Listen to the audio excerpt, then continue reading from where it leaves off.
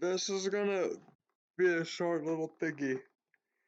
Um, I've been blowing up the timeline on both Facebook and Twitter lately about how excited I am about WWE 2K22 because, you know, video games and wrestling occupy a lot of my time.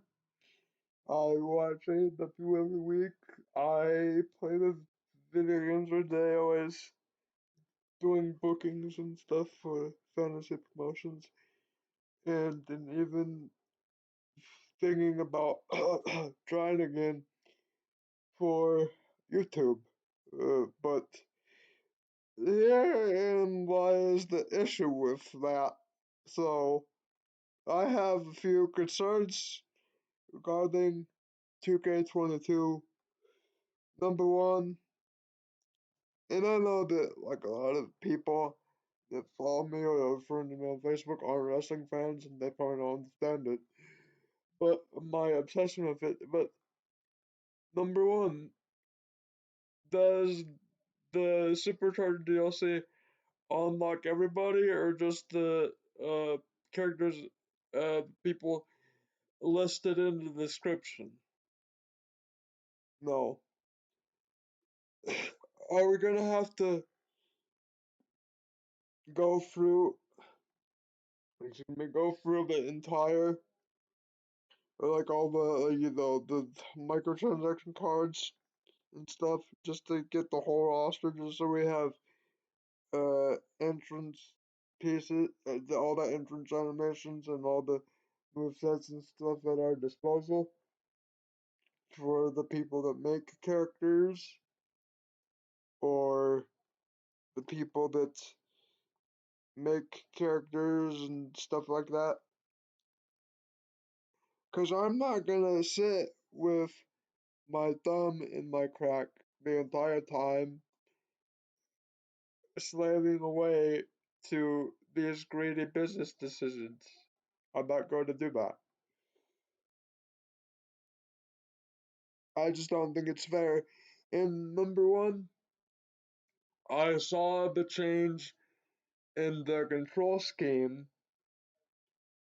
So how's that gonna work?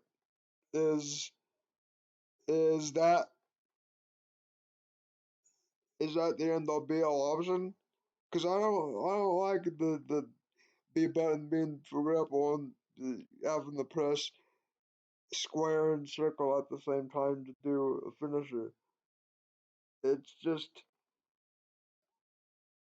be too difficult.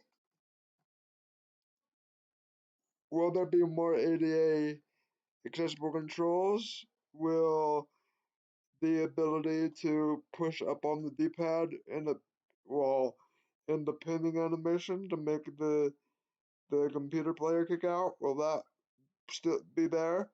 Can we unlock everybody with from the jump? Because I'd rather spend my money once and get everybody all at once instead of like burning a hole in my pocket day after day after day just to unlock everybody. It wouldn't be fair. And no one's gonna sit there and do that. No one's gonna sit there and do that the whole time. No, that's not how it works. And if you think that that's how it's gonna work, you're delusional. You know, if that turns out to be the case, and if there's enough demand for it, if we speak up about it enough, maybe they'll put out an actual alternative DLC that's more used to the accelerators from uh, everything onward, unless everybody, everybody besides the people they listed in the description are unlocked from the jump. I'm just saying that it's not fair. We shouldn't be a slave to greedy business practices just to play a video game. And you need to be mindful of your customer base, because not every gamer is able-bodied. Everything in the world needs to be handicap accessible. Houses, showers, buses, cars,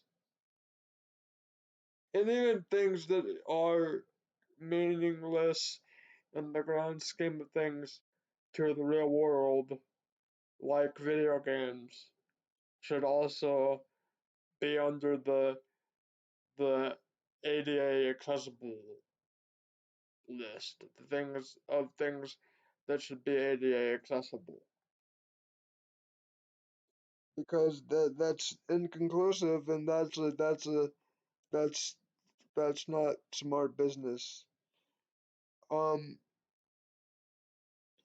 and if by chance this gets anywhere, um, I will be tweeting the link to this video, and anybody that works there or with connections or whatever, or anybody in the 2K community or whatever, can DM me, and uh, if they want to, and they can address those concerns if they are able to.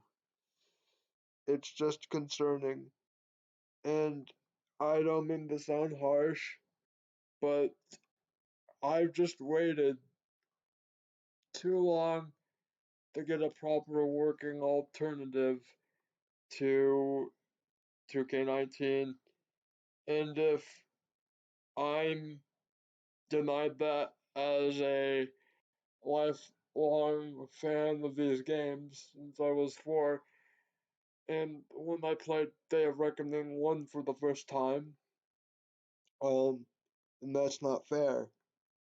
And I've been doing content, not content, but character creations and fantasy booking and like CAW stuff since I was 9, and I'm 20 now. Since I was in 3rd grade and I graduated high school a year or 2 ago.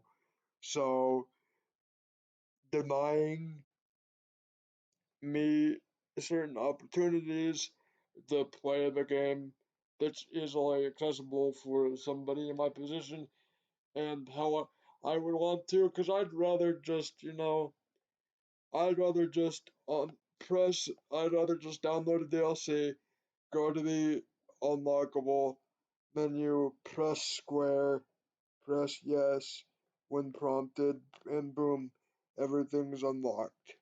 And then I get to go on and make my characters, and get to importing things and making the belts and stuff and having fun like I have been forever now.